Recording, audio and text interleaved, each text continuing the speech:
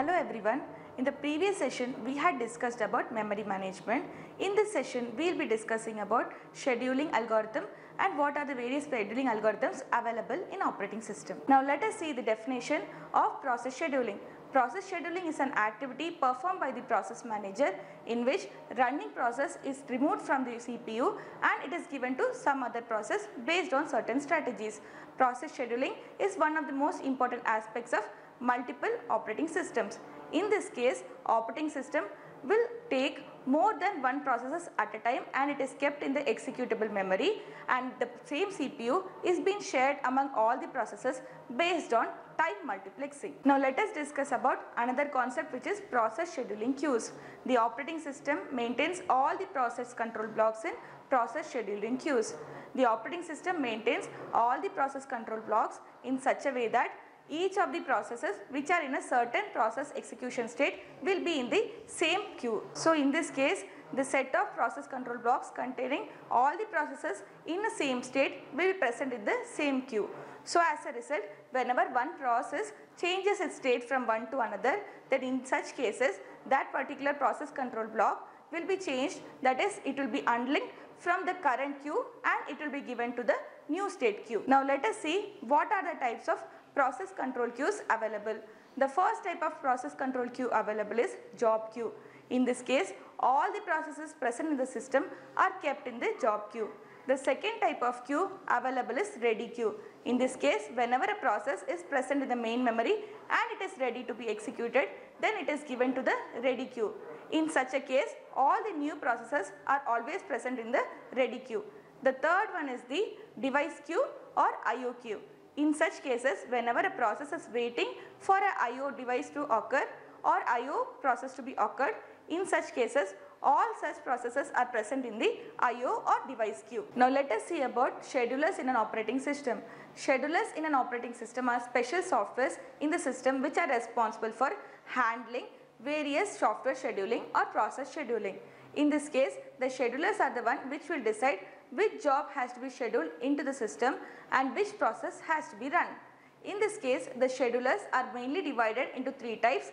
The first one is long-term scheduler, the second one is short-term scheduler, and the third one is medium-term scheduler. Now let us discuss about various types of schedulers. The first type of scheduler is long-term scheduler. It can also be called as a job scheduler. The long-term scheduler is responsible for deciding which program has to be admitted to the system for processing. It is the one which is responsible for taking all the selected processes from the queue and then putting it in the executable memory. The long-term scheduler is the one which will be performing all the loading of the processes into the executable memory and it will be waiting for the CPU scheduling. Now next let us discuss about short-term scheduler. The short-term scheduler can also be called as a CPU scheduler. It is the one which is having the objective of deciding and increasing the performance of a system with accordance to the set of criteria given. The short-term scheduler is the one which changes the state of a process from ready state to the running state. Within a given set of processes, it will be deciding which process has to be taken and given to the CPU for execution. As a result, the short-term scheduler can also be called as a dispatcher. It is because it is the one which decides which process has to be executed next. The short-term scheduler is much more faster as compared to the long-term scheduler. Now let us discuss about next type of scheduler, which is medium-term scheduler. Medium-term scheduler is part of swapping. It is responsible for removing the process from the memory. As a result, it is the one which decreases the degree of multiprogramming. In case of medium-term scheduler, it is responsible for handling all the processes which are swapped out. Next is context switching. Before context switching, let us discuss about swapping. What exactly swapping is? Swapping is the mechanism in which one process which is running in the CPU is removed from the running state and it is given to the ready state, and correspondingly another process which is present in the ready state is removed and it is given to the CPU for execution. In this state, what happens is the context switching is a mechanism which stores and restores all the context or state of the CPU in the process control block. This is performed in order that whenever this process is resumed the execution, at that time whatever state it was lastly present, correspondingly the process will be resuming from that particular last point. This is how the context switching works. Context switching is one of the things why lots of processes can access and share the same CPU. This is responsible for that. Similarly, multitasking operating system has lots of benefits as far as context switching is concerned. Now that we have seen various concepts as far as process scheduling is concerned, let us discuss about various process scheduling algorithms. Process scheduler is the one which correspondingly gives various processes to the CPU for execution. This is performed based on various scheduling algorithms. Now let us see some of the types of process scheduling algorithms. Process scheduling algorithms are basically differentiated into two types. The first one is non-preemptive algorithms and the second one is preemptive algorithms. Non-preemptive algorithms are the ones where whenever a process starts its execution, then no other process can preempt it or disturb it.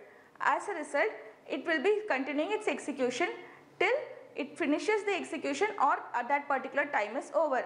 Similarly, as far as preemptive algorithms is concerned, whenever a particular process is performing its execution and then if it is priority is lesser as compared to other process, and if a higher process comes and preempt it, then this particular executing process will stop, it will go to the ready state and that particular higher priority process will start its execution.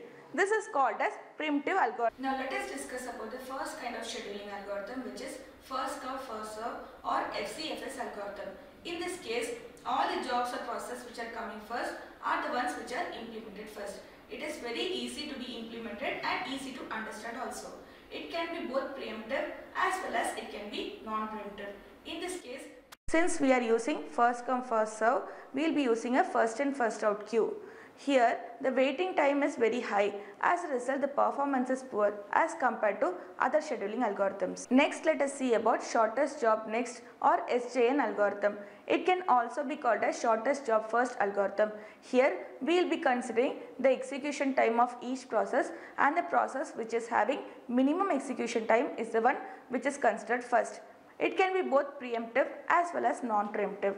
It is best used in case of batch systems where the execution time of each process is known. But in case of interactive systems where we don't know the exact execution time of each process, it is quite difficult to be implemented. Next, we will be seeing about the priority algorithm. Here we will be considering the priority of each process and accordingly they will be scheduled. So how the priority can be considered? It can be considered based on their time required for the memory, time required for execution and various resources which are required by that particular process. So as and when we get a process which is having a higher priority, it will be given first as compared to the process which are having low priority. So when we are getting a process which is having same priority, in such cases it will be considered in a first come first serve manner. Next, let us discuss about shortest remaining time algorithm. Shortest remaining time algorithm is a primitive version of shortest job next algorithm. In this case, the CPU is assigned a job which is closest for completion, but it can also be preempted by another job which is having even shorter time for completion. It is best suited for processes which are in the batch system. This is because we know the time required for each process for execution in advance.